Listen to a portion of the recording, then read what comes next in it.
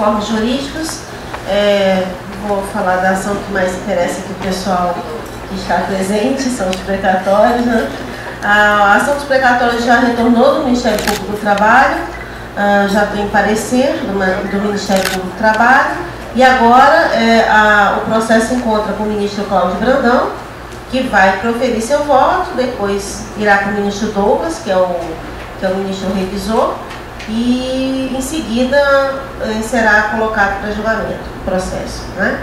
Então, a gente já está na reta final desse processo em termos de julgamento, né? Já está próximo, não falta realmente, a maior parte do caminho já foi percorrido, e agora é aguardar os votos dos ministros, são dois então, que ainda terão que dar os seus votos, para depois colocar em julgamento o processo, tá bom? E vamos aguardar, nós continuamos fazendo trabalho, conversando com os ministros, vamos conversar também com a senadora Fátima e o deputado Henrique Alves também nos ajudou muito, propiciando a reunião com o presidente do TST. Um pouquinho mais alto. Desculpa, professor. Fui diminuindo a voz. E com relação a essas novas ações aqui, eu peço que realmente vocês mobilizem os seus colegas para que venham na próxima Assembleia, porque essas ações coletivas que nós iremos propor são ações que interessam tanto aos aposentados quanto aos ativos. Então são ações importantes, são ações que já têm decisões de tribunais superiores e quanto antes nós ajuizarmos, melhor. Com relação às ações coletivas que nós já ajuizamos para os senhores, foram 3 ações coletivas, 2 já tiveram decisões procedentes e todas elas também são interessantes para os aposentados, assim como também para os ativos, e uma aguarda a sentença, tá bom? Obrigada. Só uma coisa, quais são essas novas... Na próxima Assembleia eu preparei o slide para a próxima, mas é impossível. Não, mas o problema é de divulgar antes, porque isso poderia chamar pessoas... A gente pode colocar. Divulgar quais são as novas, para as pessoas se motivarem mais a comparecer na Assembleia. Nos aposentados, nós temos reajuste dos proventos. O microfone põe aí. Para os aposentados, professor, nós temos reajuste dos proventos dos aposentados pela média, índice do RGPS. O que é essa ação? Quem aposentou no período de 2004 a 2007 e aposentou sem paridade, pela emenda constitucional 41/2003, ficou todo esse período sem ter reajuste nenhum. Então, tanto aposentado quanto pensionista, 2004 a 2007, quem aposentou nesse período não teve nada de reajuste. Essa ação já tem decisão do STF, que é um absurdo, pedindo então que seja aplicado o reajuste nesse período, e é um efeito cascata, que na verdade vai repercutir no valor que a pessoa recebe atualmente, tanto de provento quanto de pensão. A outra ação que é também para aposentado, a correção do artigo 922. Alguns aposentados obtiveram o benefício do artigo 922, que nesse caso o professor já era titular quando aposentou, e aí com o artigo 922 recebe a diferença do adjunto para o titular. Quem está nessa situação está recebendo errado o valor do artigo 922, está congelado já há mais de 5 anos o valor desse artigo 922. Então, acaba nem recebendo, né?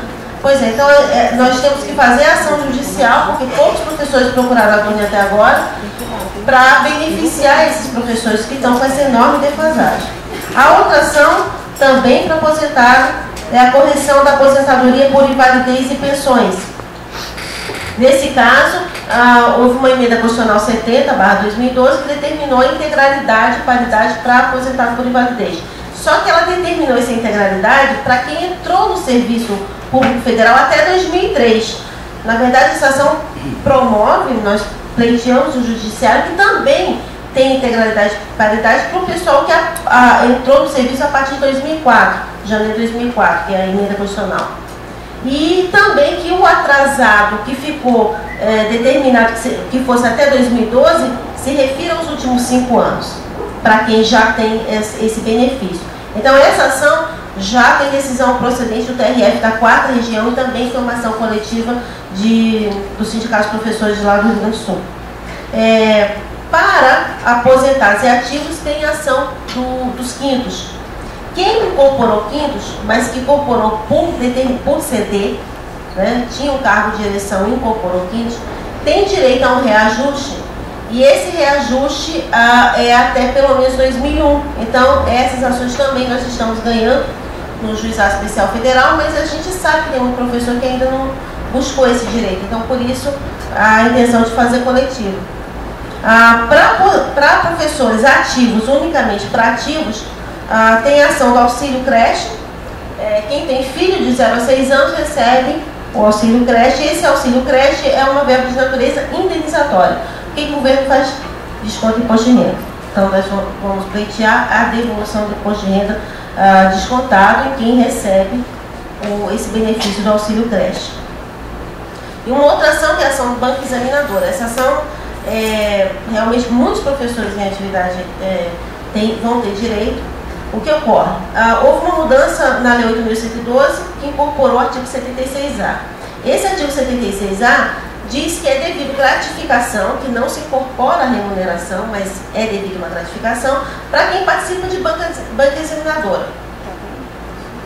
O que a UFRN aqui faz? Ela não paga essa gratificação para quem, por exemplo, para o professor que participa de uma banca examinadora de mestrado, de doutorado, de professor associado.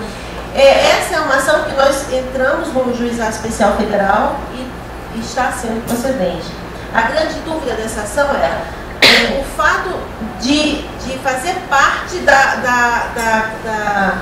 fazer parte das atribuições do professor, participar de banca examinadora, determinaria a impossibilidade desse pagamento. Os desembargadores estão entendendo que não. Mesmo que faça parte das atribuições do professor, ele tem direito a receber essa gratificação, certo? Por quê? Porque essa participação é eventual.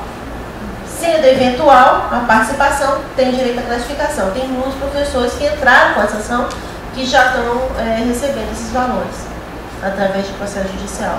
Com licença, professor. É coletivo ou tem que ser individual? Nós vamos fazer coletivo, professor. Nós já temos individual, né?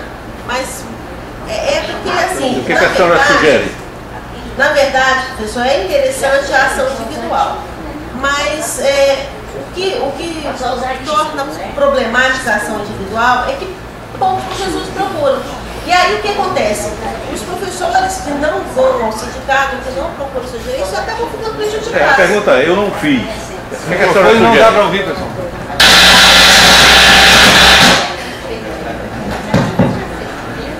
Só para concluir. Estamos maciando, viu? Alô? Pronto, pode falar. Só para concluir, eu não fiz essa opção, eu não estava nem sabendo. O que eu devo fazer agora? Pode Faço ação utilizar. individual? Pode. Então irei na próxima. Porque a ação coletiva, ela não impede a ação individual. A ação individual do professor contra a universidade. A coletiva né? é bom porque quem não foi, ou quem não sabe, ou quem não tem interesse, já de qualquer forma fica albergado. Obrigado. Deixa eu só fazer uma observação aí, por favor. Ainda com relação aos precatórios. Microfone. Vem aqui na frente, por favor. Não, mas é rápido. Mas eu falo daqui. Com relação aos precatórios, qual a sua expectativa, você que tem experiência nessa área, que vai para o juiz, vai para o outro, aí precisa que Agora, pronto. o cara se disponha lá, o juiz lá se disponha a dar o seu parecer, dar o seu voto. Qual é a sua expectativa disso? Professor,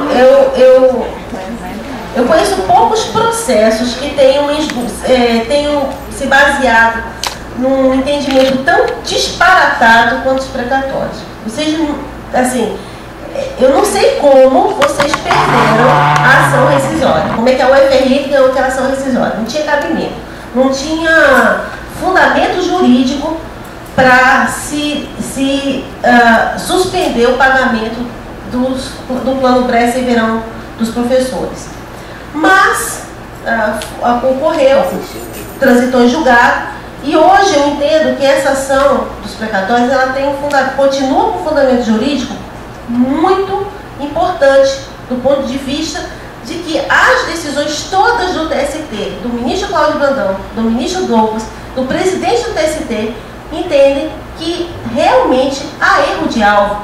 A UFRN não poderia ter ingressado com uma ação rescisória perante o TRT 21, no caso daquele, teria que ter sido ajuizada a ação da UFRN rescisória perante o TST, e por isso a ação rescisória da UFRN é nula. E por isso vocês têm direito a receber os precatórios. Esse é um entendimento que a gente tem em outras ações rescisórias, porque eu fiz a pesquisa, qualquer um de vocês pode fazer, entra no site do TST, coloca ministro Cláudio Brandão, ação rescisória, ministro Douglas, ação rescisória, e vocês vão verificar que tem várias decisões.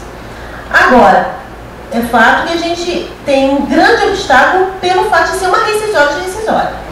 Aí esse é o nosso tendão de Aquiles. É uma situação processualmente complicada, por quê? Porque a gente tem que atingir determinados objetivos por ser uma ação rescisória de rescisória, objetivos processuais, que são complicados, né? Embora até agora me pareça que está fluindo bem. Mas vai precisar ter um julgamento. A gente não. Já tem um parecer, a senhora falou isso, foi? Esse parecer é favorável? O parecer do Ministério Público do Trabalho foi no sentido de que não poderia haver o pagamento dos precatórios pelo mesmo motivo que decidiu o SDI 2, SBDI 2 lá, porque a súmula 192 ainda não era existente. Esse é um entendimento muito frágil. Muito frágil. Porque se não existia a súmula naquela época, existia uma outra do STF que dizia a mesma coisa.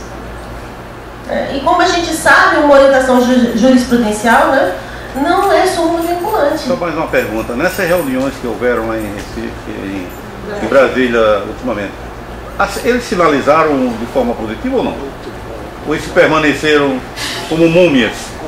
Professor, foi interessante as duas últimas reuniões, tanto com o ministro Douglas quanto com o presidente do TST, porque realmente eu percebi que eles estavam interessados em entender o processo. Eu realmente fui sabatinada por eles e eu acho que isso foi muito bom, porque eu pude explicar a ação, dizer detalhes dessa ação. A defesa oral, né? Fazer a defesa oral, que a gente sabe que é muito importante para o convencimento.